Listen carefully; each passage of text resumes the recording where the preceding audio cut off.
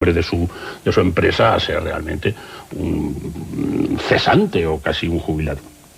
Decir que la potencia, el pulso y la personalidad desde el primer fotograma de Kurosawa es realmente portentoso. Una vez más, es hablar de algo que constituye la puesta en escena más allá de un guión también perfecto, que está asignado por la majestad. Yo creo que realmente lo que se hablaba del ritmo, que realmente es trepidante, pero que la película la va sosegando, yo creo que el propio Kurosawa, y administrando muy bien ese ritmo que el thriller tiene que tener, y viene cifrado por la palabra majestad. Y yo creo que lo majestuoso, y alguna vez tú hablaste de la consideración que tenían sus colegas a Kurosawa, un gran señor. Claro. Yo creo que la majestad de Kurosawa realmente es uno de sus elementos más pertinaces y más pertinentes, y que hacen realmente una obra perdurable, y si no es la mejor, una de las mejores películas de Akira Kurosawa, sin lugar a dudas. Esa majestad está en cada encuadre, encuadra muy bien Kurosawa. Luego, si me permites una adición rápida, sus estudios de Bellas Artes están aquí presentes porque, si nos fijamos bien, sobre todo en la primera parte de la película, la de la habitación del cuarto de estar del industrial, la colocación en el encuadre de los personajes realmente demuestra, yo me estaba fijando mucho, y creo que no distrae, pero se puede uno fijar, es decir, la composición es tan buena como en Caravaggio, en Tintoretto, las masas y los volúmenes, de manera que ahí lo que se ve es un maestro en muchas artes. Muy bien, muchas gracias.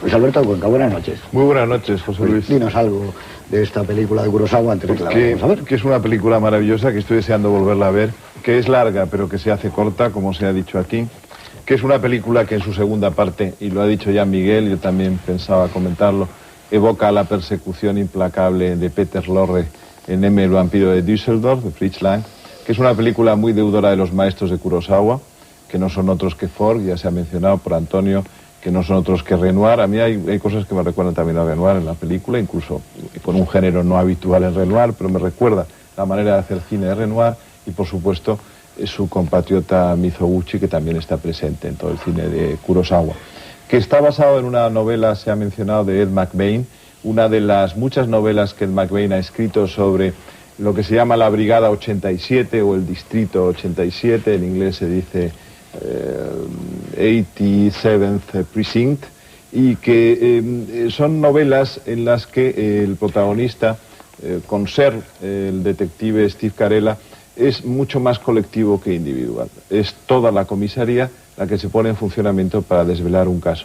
Y creo que esa epicidad a la que aludía Martínez Sarrión, esa epicidad que también se da en este otro Kurosawa, el Kurosawa no histórico, el Kurosawa no propiamente épico, lo recoge no solo la figura de Gondo, que podría ser un samurái de nuestro tiempo dedicado a la zapatería, un samurái que tiene momentos también de duda cuando se entera que el secuestrado no es su hijo, en fin, eso lo veremos enseguida.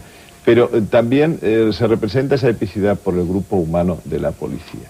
Es un género que mi amigo Javier Coma y todos los especialistas en el tema llaman el police procedural, que es un procedimiento de escribir novelas negras que nace cuando ya no se puede mencionar, como se mencionaba antes, a la policía como colaboradora del mundo del AMPA o como corrupta, sino en otro momento social en el que la policía también tiene evidentemente rasgos positivos, rasgos nobles, y me parece también que es el gran protagonista coral de la película, es el distrito que se encarga de desvelar el caso. Y eso es lo que puedo decir, y que es una película admirable. Muy bien, admirable, esa es también la palabra. Vamos a ver una magnífica obra de Kurosawa, de cuyo autor, como saben ustedes, hemos pasado ya un par de películas y extraordinarias, una de ellas Los 7 Samuráis, que quizá es su piedra roseta, pero yo creo que también en otro aspecto de Kurosawa, que también le gustaba ese mundo del cine occidental, sobre todo el cine norteamericano, está claro que es esta. Decía Miguel María lo de Fritz Lang, pero yo aventuraría que, además de por esto que estoy diciendo, lo de Peter Lorre y eso, yo también tengo la sensación de que está el Fritz Lang que lo acabo de apuntar, que más allá de la duda, de mientras la ciudad duerme, ahí quizá los dos son arquitectos también, influye mucho, pero hay en el espacio, en que no está recargado la primera parte, en algo ascético de los decorados de las películas de Fritz Lang que recuerdan mucho. Y ya para terminar, decirles a ustedes que cuidado que se han hecho películas de conversaciones en cárceles, pero yo creo que la secuencia de la cárcel de esta película, que es el tramo final, el final de la película. Yo creo que es la mejor que he visto nunca, y el final de esta película, ese plano contra plano y cómo se sientan en el mismo plano. Aquí hay planos de 10 minutos, hay planos larguísimos. Yo creo que también está la influencia de la Nouvelle Vague en una nueva manera de contar, de perseguir continuamente a los personajes. Pero bueno, luego tendremos mucho tiempo. Les dejo a ustedes con esta película de tantos títulos: El infierno del odio, Arriba y abajo, El cielo y el infierno, pero en cualquier caso vamos a llamarla así: El cielo y el infierno, de Akira Kurosawa.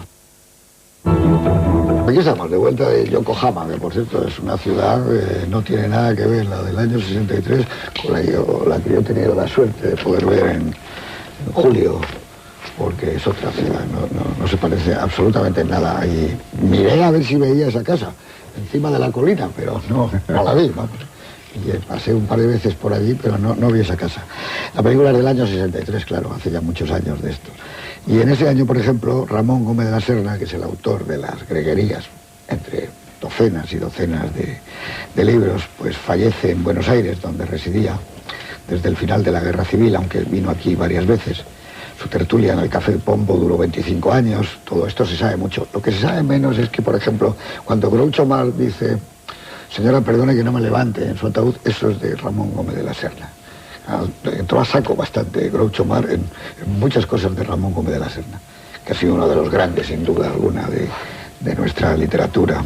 Estas cosas maravillosas que él siempre decía, y que bastaba una frase para que dijera, por ejemplo, en París, hay una frase, y decía Pitigui: está Ramón en París, porque habían oído algo maravilloso, y todos decían: eso es que está Ramón aquí. Bueno, pues un genio nuestro. La película Viridiana también es de ese año, incautada por la policía de Milán. Julio Cortázar publica lo que se llamaba su contranovela, Rayuela. En Berlín se estrena una de las obras más polémicas del teatro de entonces, que fue El vicario, de Horst Munch, y que tuvo, bueno, unos problemas tremendos, pero a nosotros nos queda ahora que la dirección era de Piscator, que alcanzó a hacer alguno de sus últimos trabajos entonces, ¿no? El escritor estadounidense James Baldwin publica su novela Otro país. Baldwin ganó el Nobel, ¿no? James Baldwin no ganó el Nobel. No ganó el Nobel. Es otro de Jamaica el que ganó el Nobel, un poeta de Derek Walcott. Derek Walcott, eso es. La revista Occidente, fundada por Ortega y Gasset en el año 23, y que no se publicaba desde el 36, reaparece en las librerías. Noticia terrible es que, pese a las numerosas demandas de clemencia, incluyendo en este caso el Vaticano, el Papa, Franco ordena la ejecución del comunista Julián Grimau, lo que provoca grandes manifestaciones de protestas prácticamente en todo el mundo. En su encíclica Pacem in Terris, Juan XXIII lamenta las enormes sumas que se destinan a la fabricación de armas en prácticamente casi todo el planeta. En Madrid se estrena la obra de teatro de José Martín Recuerda, Las salvajes de Puente San Gil, y Berlanga estrena una de sus grandes obras maestras, sin ninguna duda, probablemente la mejor, junto con Plácido y Calabuch, que es El verdugo. En junio fallece Juan XXIII, un hombre de origen muy humilde, que hace historia, porque, bueno, todos ustedes, que fue como un papa de transición, y de repente dijo: vamos a hacer un concilio, hizo el Vaticano. Estados Unidos y la Unión Soviética firman en Ginebra un acuerdo para instalar una línea directa entre la Casa Blanca y el Kremlin, lo que se llamó popularmente teléfono rojo. Volamos hacia Moscú, sería el título además de una película de Stanley Kubrick. Y digamos que ya para terminar, que Anquetil gana su cuarto tour, todavía ganaría otro, que muere el pintor francés Georges Braque, nacido ya en 1882, que un grupo de delincuentes cometió una de las más grandes, para algunos fechorías, para otros obras maestras del siglo, el asalto al tren de Glasgow, que se estrena en España, Fresas salvajes, una de las grandes películas de Berman, y que en noviembre de ese año es asesinado en Dallas, Texas, el presidente Kennedy, que fue la gran noticia, sin ningún género de dudas, de entonces. O sea que estamos en el año 63, año de filmación del Infierno del Odio, año en que Japón va a dar la vuelta a la imagen que tiene, porque se acerca una Olimpiada unos meses después. Como digo, eso es una cosa que siempre te dicen en Japón, que el tren bala salió el año 64, pero caramba, ese que sale aquí ya lo hubiéramos querido nosotros para la Renfe, ¿no? Es un tren de alta velocidad, un tren tremendo que paraba en pocos sitios, y eso le da pie para hacer una secuencia hitchcockiana, donde además se filma Eso es muy bonito, ¿no? Y además que luego se ve lo que se ha filmado, el niño en el puente, toda esa escena es preciosa, cómo van aquellos tipos, esa escena de Toshiro Mifune con el maletín, es una imagen además del tren en el cine, esa es otra imagen. Es de una brillantez hitchcockiana, sí. y además no imita a Hitchcock, es muy personal por parte de Kurosawa. Es algo sorprendente y fantástica esa secuencia. Pues quería deciros